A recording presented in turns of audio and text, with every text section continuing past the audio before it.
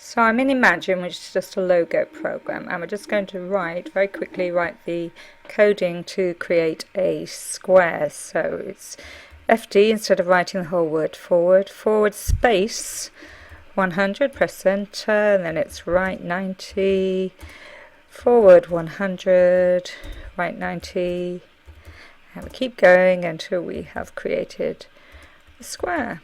Forward 100, right 90, and forward 100, right 90. Okay, obviously that's the long way of writing it. In this particular program you can press F9 so you can set the pen width and click on the inputs, choose a thicker pen. You can press F9 again to set the pen color. Just choose red here and say do it. Okay, and you can choose the pen style and various other things that you can do. You can set the background. Perhaps we'll just choose a light coloured background here. So we've got it. And now when I redo that, forward, now this time I'm going to quickly do a repeat. So it's repeat 4 times, open a square bracket, forward 100, right 90, and this time we should have a fatter pen. Yes, and we have. So that's very simple.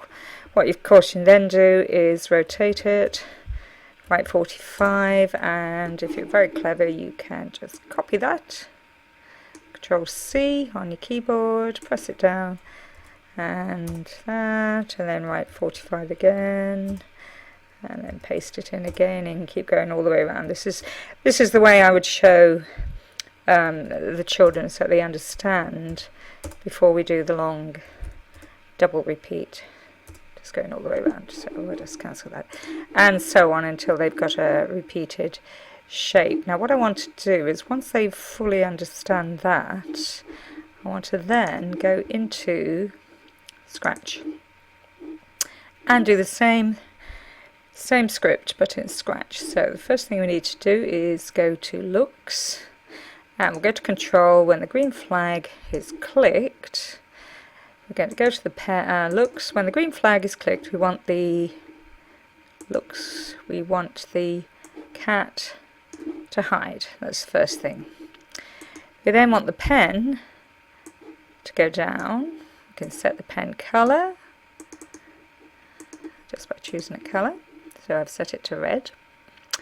I then want him to go forward, and I'm going to make a bit more than that, probably, in fact we'll go for 100. Go forward 100 steps. He's then going to turn 90 degrees because we're sticking with the square, and because we want him to do that, draw a square, we want him to repeat that 4 times. Okay, now on a very simple level, if I click that now, it will do a very quick square. I just go to pen and click clear, because what I want it to do now is to go to, first thing we need it to do is to then turn. Having done the first square, we then want it to turn 45 degrees, and we then want it to make another